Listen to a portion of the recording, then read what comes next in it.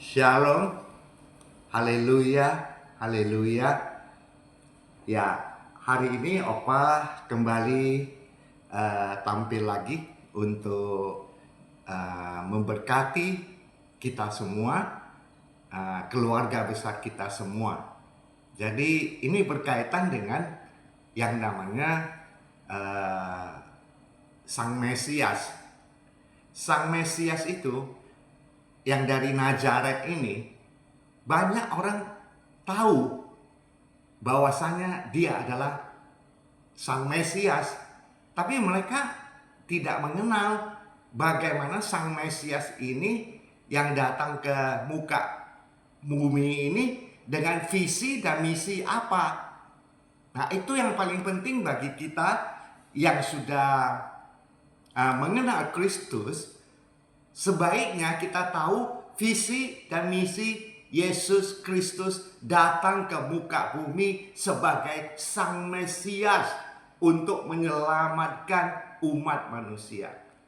Saya bacakan ya di Wahyu 12 ayat 10. Ya.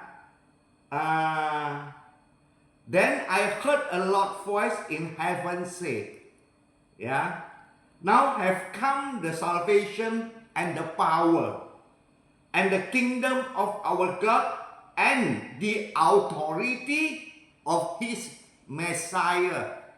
Ya, jadi di Wahyu 12 ayat 10 ini mengatakan jelas sekali bahwasanya Sang Mesias ini, Yesus Kristus Tuhan ini, itu diutus loh. Ya, diutus dari kerajaan yang maha tinggi, kerajaan yang tak tergoncangkan, ya, kerajaan sorgawi. Dia diutus untuk datang ke muka bumi, ya, agar apa? Agar seperti yang saya katakan, visi misinya adalah menyelamatkan manusia. Karena ada faktor yang lain, ya kan? Manusia itu selalu, ya, itu oleh si oknum yang jahat, atau katakanlah Lucifer, si iblis, dia selalu mendakwa membelenggu umat manusia di muka bumi ini melalui pikiran-pikiran mereka. Ya, di sini disebutkan, ya, kalau Wahyu 12 ayat 10a tadi sudah jelas, ya, bahwa Sang Mesias ini diutus dari kerajaan surgawi. Nah, kalau Wahyu 12 ayat 10b disebutkan seperti demikian firman-Nya, for the accuser of our brothers and sisters who accuse them before our God day and night has been hurled down. Jadi si pendakwa ini, ya, yang menuduh kita siang dan malam, ya, di hadapannya, di hadapan Allah Bapa Surgawi, si pendakwa itu bisa mendakwa kita sedemikian rupa, menuduh kita, ya kan? Nah, itu telah dicampakkan ke muka bumi, ya kan? Karena si oknum yang jahat ini, dia punya peranan itu adalah sebagai pendakwa. Makanya Tuhan Yesus itu juru selamat kita, Sang Mesias itu diutus ke muka bumi, ya, untuk menghadapi si pendakwa ini, supaya manusia yang udah selamat ini bisa dilingkupi dengan kuasanya, dengan keselamatannya, ya, dengan potensi kerajaan maha tinggi. Nah, kita harus mengerti itu, bahwa Sang Mesias dari Nazaret, Yesus Kristus Tuhan, adalah juru selamat dunia. Ya, itu pasti dulu. Kita mengerti dengan dalam dulu, baru kitanya, ya, bisa melihat firman-Nya yang hidup, yang berkuasa, yang berdaulat. Firman-Nya yang bagaimana dengan potensi kerajaannya dan potensi kita harus bersatu padu. Itu penting banget, ya. Kemudian kita lihat lagi, ya, itu firman-Nya di ayat Kisah Para Rasul. Kisah Para Rasul 4 ayat 12. Ya, kalau ini kita kaitkan dengan Sang Mesias, ini bicara waktu Sang Mesias itu sudah diutus ke bumi, kitanya harus benar-benar mengikutinya dengan sebagai umatnya atau sebagai anak-anak kerajaan yang maha tinggi, ya, atau sebagai muridnya.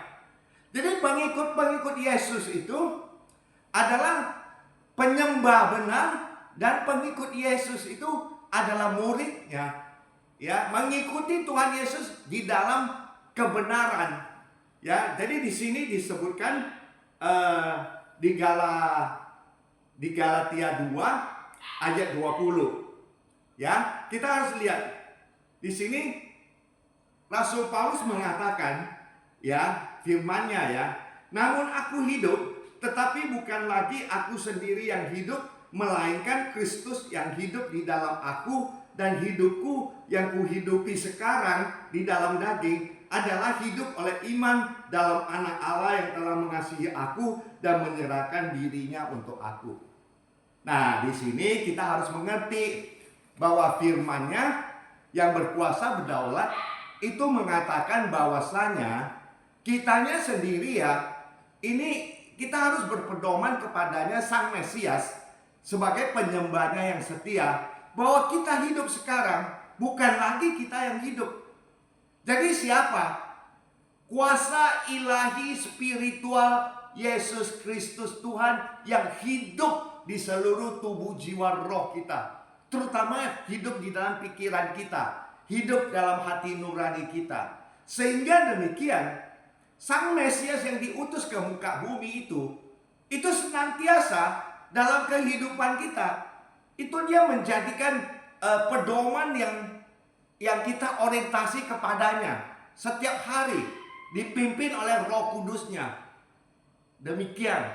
Jadi penyerahan diri ini itu untuk mematikan kita punya egosentrik, ya, supaya diketahui, ya, pengetahuan pengertian akan wahyu Tuhan bahwa Yesus Kristus sebagai Sang Mesias adalah untuk mematikan egosentrik kita, menjadikan egosentrik kita semakin lama semakin mengecil. Yesus Kristus Tuhan sebagai Sang Mesias semakin lama semakin membesar. Makanya di sini disebutkan bahwasanya, ya, kita hidup oleh iman dalam Yesus Kristus yang telah mengasihi aku dan menyerahkan dirinya untuk aku. Jadi mematikan daging tadi, egosentris itu, akhirnya kita timbul iman, ya, oleh Sang Mesias itulah iman kita timbul, bertumbuh, dan menjadikan berkat bagi orang banyak. Tapi untuk diri kita sendiri, kita makin mengecil, makin mengecil.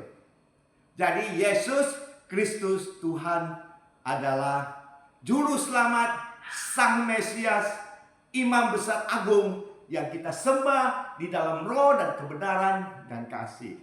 Nah, kita sambung lagi. Itu ada di Kisah Para Rasul, ya. Kita lihat, ya, di Kisah Para Rasul ini jelas sekali, ya, bahwasannya dia katakan bahwa keselamatan itu di muka bumi, keselamatan itu hanya ada di dalam nama Yesus Kristus Tuhan, ya. Jadi keselamatan itu bisa kita dapatkan dalam Sang Mesias itu ada di Yesus Kristus Tuhan. Yuk, mari kita lihat, ya, firman-Nya, ya, Kisah Para Rasul, ya. Sebentar, ya, saya bukain dulu, ya. Nah, Kisah Para Rasul 4 ayat 12. Nah, di sini disebutkan, dan keselamatan itu tidak ada di dalam siapapun juga selain di dalam Sang Mesias itu. Keselamatan di muka bumi itu tidak ada di dalam siapapun juga selain di dalam Dia. Dia itu adalah Sang Mesias. Sebab di bawah kolong langit ini tidak ada nama lain yang diberikan kepada manusia yang olehnya kita dapat diselamatkan. Jadi Allah Bapa Surgawi itu tidak pernah memberikan nama-nama kepada manusia yang lain bahwa dia adalah Sang Mesias. Sang Mesias di muka bumi itu hanya satu. Nah, yaitu yang diutus. Sang Mesias yang diutus itulah Yesus Kristus Tuhan. Amin ya. God bless you all. See you next ya. Okay. Thank you, friend. Hallelujah and amen.